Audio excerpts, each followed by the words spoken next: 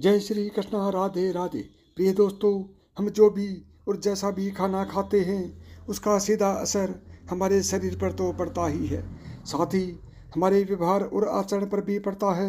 और हमारा व्यवहार और आचरण जैसा होता है उसी पर हमारे जीवन की सफलता या असफलता निर्भर होती है।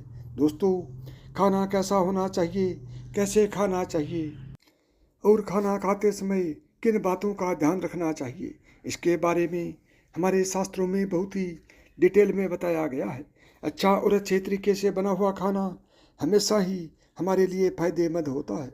इसके अलावा हमारे शास्त्रों में ये भी बताया गया है कि खाना बनाने वाले को भी कुछ नियमों का पालन जरूर करना चाहिए, जिससे उसके बनाए खाने से घर परिवार में सबको फायदा हो सके। खासकर यदि घर की महिलाएं उन सभी नियमों को ध्यान में रखते हुए खाना बनाएं तो उस घर में हमेशा सुख, शांति और समृद्धि बनी रहती है और घर के लोग मुसीबतों से दूर रहते हैं। उन सभी नियमों में सबसे बड़ा नियम है कि घर की महिलाओं को खाना हमेशा बहुत जल्दी उठकर बना लेना चाहिए।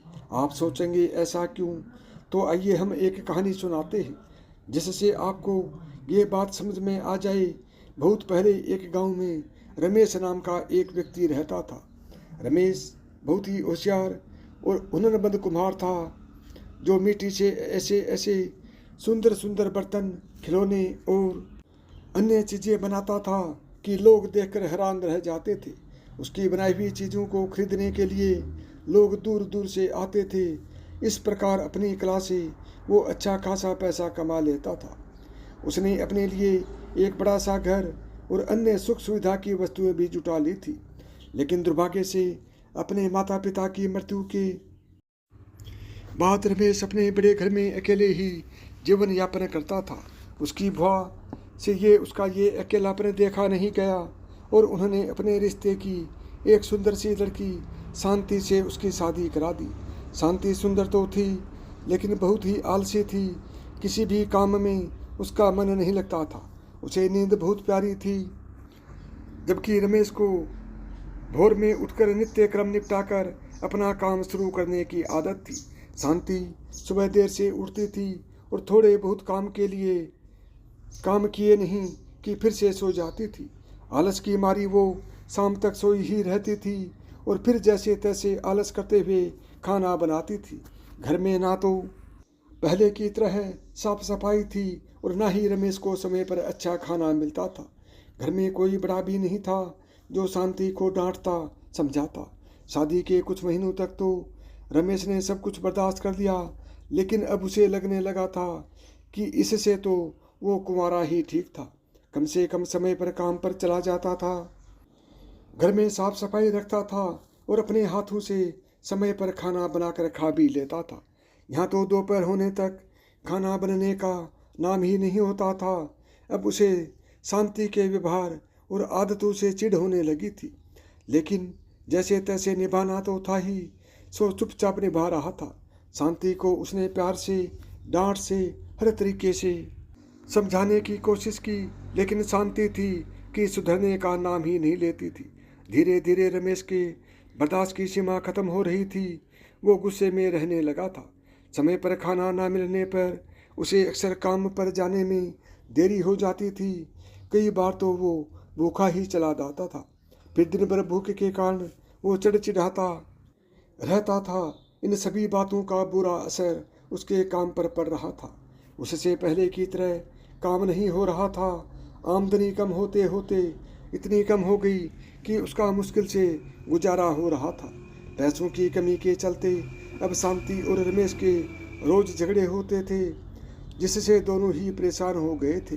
रमेश की बुआ को किसी ने इस बात की खबर दी तो वो अपने भतीजे गृहस्थी को देखने आई। रमेश के घर की हालत देखकर ही बुआ की अनुभवी आंखों ने सब भांप लिया। बुआ के सामने रमेश और शांति बहुत शर्मिंदा हो गए, क्योंकि पैसों की कमी से वे उनकी ढंग से आओ भगत भी नहीं कर पा रहे थे। अकेले में शांति ने बुआ रमेश की शिकायत कर दी कि वो उसका ध्यान नहीं रखता है और लड़ता है सो अलग।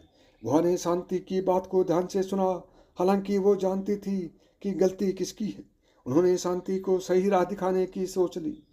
दूसरे दिन बुआ ने आराम से सो रही शांति को भोर में ही जगाया और उसे घर की साफ सफाई करने के लिए कहा।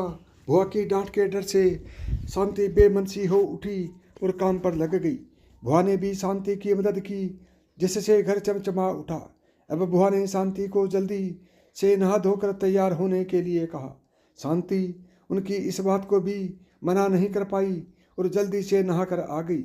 अब बुआ ने उसे भोग बनाकर भगवान की पूजा करने के लिए कहा। शांति ने ऐसा ही किया।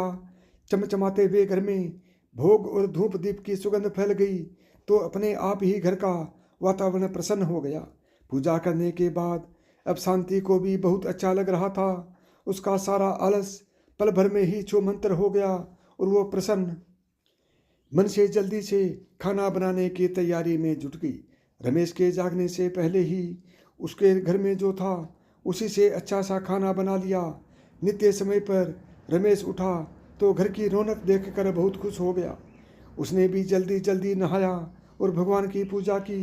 रसोई से आ रही खाने की महक से उसकी सोई हुई भूख जाग गई और शांति के चेहरे पर मुस्कुराहट लिए उसके सामने खाने की थाली लाई तो वो शांति के बदले हुए व्यवहार से हैरान रह गया।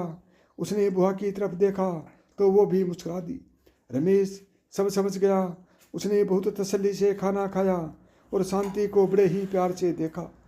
रमेश की नज़रों में अपने लिए प्यार देखकर शांति को भी सब समझ आ गया।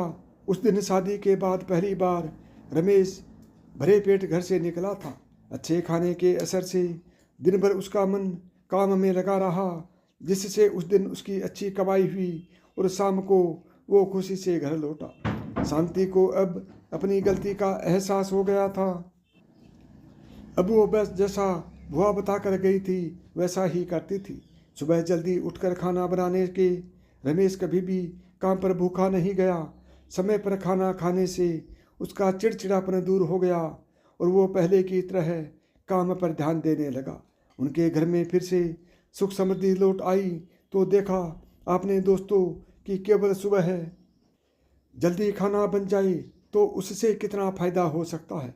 इसलिए दोस्तों कहा जाता है कि रसोई घर में ही परिवार का भाग्य तय होता है।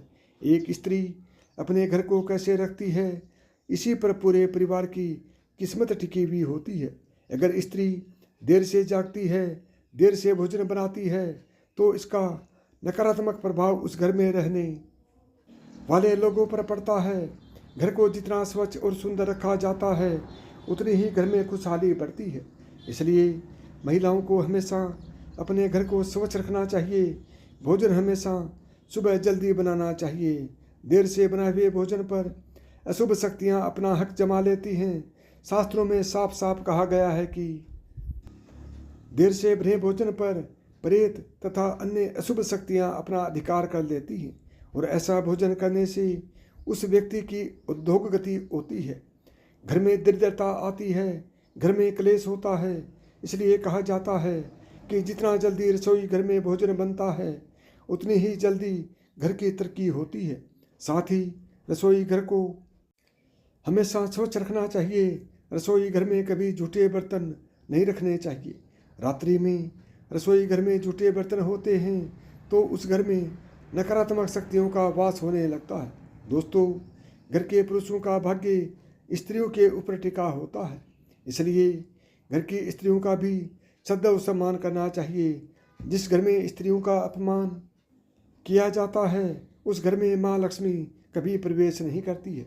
साथ ही स्त्रियों को भी अपनी मान मर्यादा का ख्याल रखना चाहिए।